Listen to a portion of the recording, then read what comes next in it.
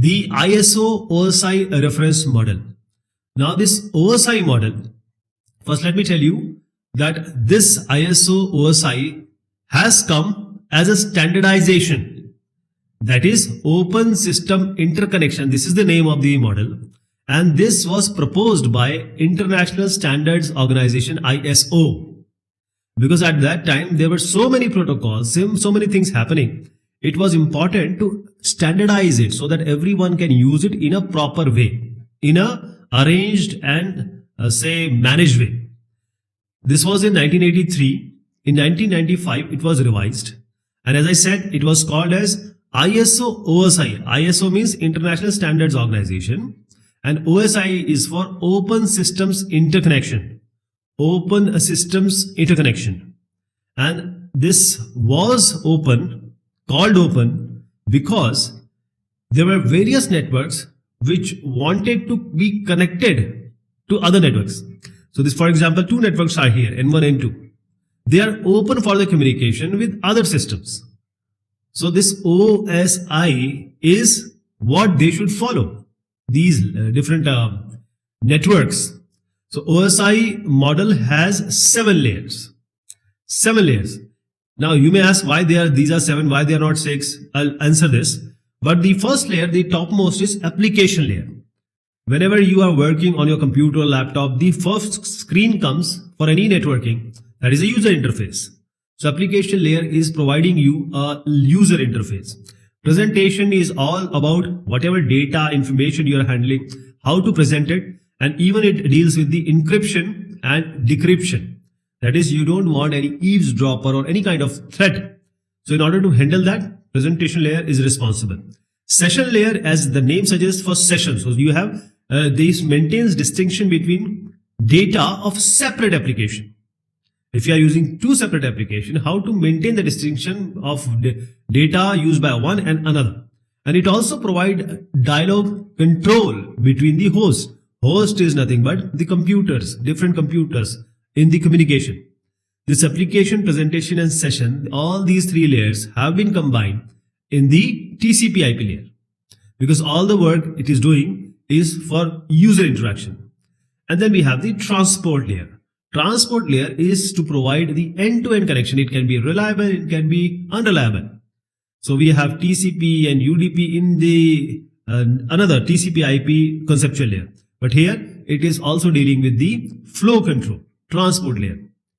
Network layer, it provides the logical addressing, not the actual addressing or physical addressing. Please understand, this provides path determination using the logical addressing, not the actual addressing in the ISO OSI layer.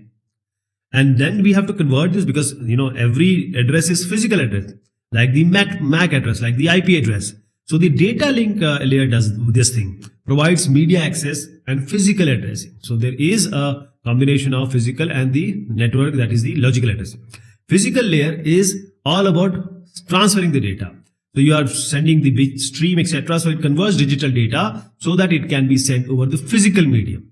And this moves data between the different computers, hosts, or the nodes in the network.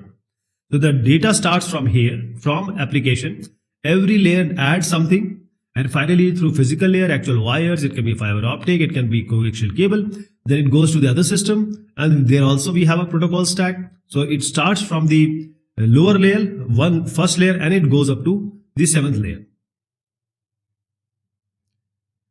Now, the question is, why these are 7 layers? What layers are doing? Why we have just 7? Why we are not having 6? Why we are not having 5? Why we are not having 100? So there are certain principles for these layers, why they were defined by ISO. So this ISO has certain principles. So the first principle is a layer created wherever different abstraction is needed. Abstraction means if you want to more exemplify it, the work of a layer, then layer is created. Each layer should perform a well-defined function. Every layer, the function of each layer has to conform, has to follow the internationally standardized protocols. And the layer boundaries is chosen such that the information flow between the interfaces. Interfaces is what? Between two layers there is interfacing. So the layer boundary is chosen such that the information flow is minimum.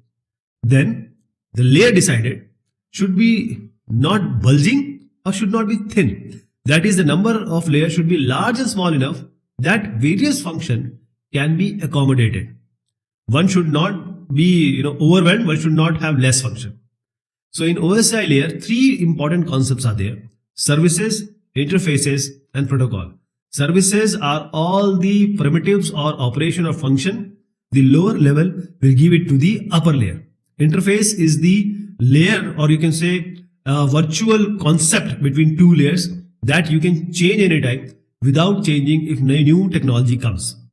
So no need to change the layer content, but just change the interfacing content if new technology, new protocols come.